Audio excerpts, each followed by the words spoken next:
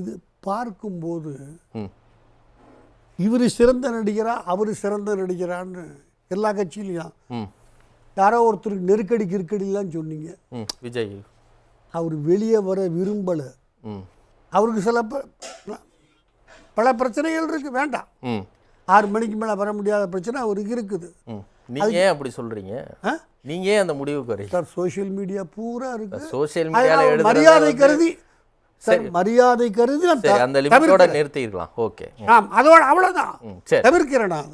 அதுக்கு என்ன பண்ண பாருங்க, இவர் போகிற இடத்துலலாம் முந்தா நாள் தர்பூசணி பழத்தை எடுத்து அடிக்கிறான். அதில் ஒரு சின்ன வெடிகுண்டு வச்சு ஒருத்தன் போட்டிருந்தான்னா உன் ரசிகர் தானே அவன் அடித்தவன். அப்போ போகாமல் இருக்கிறதே கரெக்டுன்னு சொல்ல வர்றீங்களா? உன் ரசிகர் உன்னை வர அனுமதிக்க மாட்டேங்கிறான்.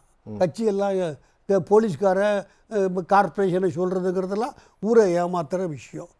ஏறுறான், உன் கார் மேலே ஏறி நின்றுக்கிறான். உன் ரசிகன், உன் ரசிகனை கண்ட்ரோல் பண்ண முடியாது. நீ என்ன கவர்மெண்ட் நடத்துவ? இங்கே பாருங்கள், ஒன்றே ஒன்று, தமிழ்நாட்டில் ஒரே ஒரு அமைச்சர் தான் ஊழல் பண்ணி ஜெயிலுக்கு போனார், தெரியுமா உங்களுக்கு? சசிகலா விட்டுருங்க, நம்ம அமைச்சர் இல்லை. ஒரே ஒரு இவங்களுக்கு தெரியுமான்னு எனக்கு தெரியல. ஒரே ஒரு அமைச்சர் மட்டும்தான் ஊழலுக்காக சிறை சென்றவர். அவருக்கு சீட்டு கொடுத்துருக்கிறது விஜய். குழுமணி பா கிருஷ்ணன் ஒருத்தர் தான் ஜெயிலுக்கு போனார். இல்லைன்னு சொல்லுங்க யாரையாவது.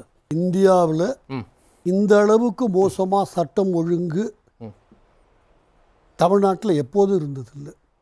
எந்த ஆட்சினாலும் சொல்கிறீங்களா? தமிழ்நாட்டில் ஆமாம், தமிழ்நாட்டில் சரி, எப்பயும் இருந்ததில்லை. என்ன காரணம்னா, அரசியல்வாதிக்கு நேரடியான தொடர்பு வந்துருச்சு.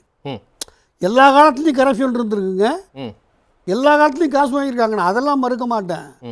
இன்னைக்கு அரசியல்வாதி, ரவுடி, போலீஸ் 3 பேரும் ஒன்றா சேர்ந்துட்டான். அதனால தான் கோயம்புத்தூரில் நான் படத்தோடு இப்போ எடுத்து காமிக்கிறேன் உங்களுக்கு. பிரைமரி ஹெல்த் சென்டர், ஆஸ்பத்திரி, அதை ஒரு திமுக நிர்வாகி ஆக்கம் வைப்பண்ணி குத்தரம் பண்ணிக்கிட்டு இருக்காரு. சோஷியல் மீடியாவில் இருக்குது, எல்லாம் போட்டாச்சு. கவர்மெண்ட் என்ன பண்ணிச்சு சார்? பிரைமரி ஹெல்த் சென்டர், ஒரு ஆஸ்பத்திரி, மக்களுக்கு ஊசி போட வேண்டிய இடம், வைத்தியம் பண்ண வேண்டிய இடம், கம்ப்ளீட் போலீஸ் இன்னைக்கு. காரணம், நீங்கள் போலீஸ்காரன் தப்பு பண்ணால் அதிகாரிகள் கேட்கணும். ஐஏஎஸ் ஆஃபீஸர் பூரா கரப்ட் ஆகிட்டாங்க.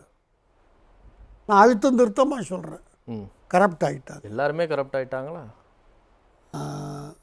சார்? நீங்கள் யாரெல்லாம் பேர் சொல்லி சொல்கிறீங்களோ, கரப்ஷனுங்கிறது காசு வாங்கிறதுன்னு நீங்கள் எடுத்துக்கக்கூடாது. இல்லை, பொதுவெளியில் இப்படி ஒரு குற்றச்சாட்டை வைக்கிறீங்க, அதனால் நான் அதை அழுத்தமாக கேட்குறேன். நியாயம், ரொம்ப நியாயமான கேள்வி சார். சார், ஒரு தவறை தட்டி கேட்காம இருந்தான்னா அவன் கரப்ட்.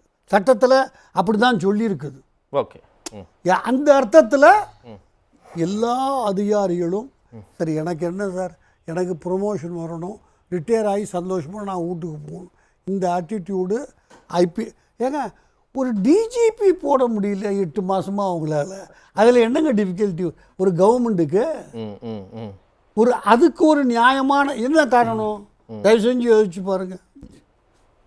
அவன் மனசாட்சிக்கு நான் விட்டுறேன், நான் காரணம் சொல்ல வரும்.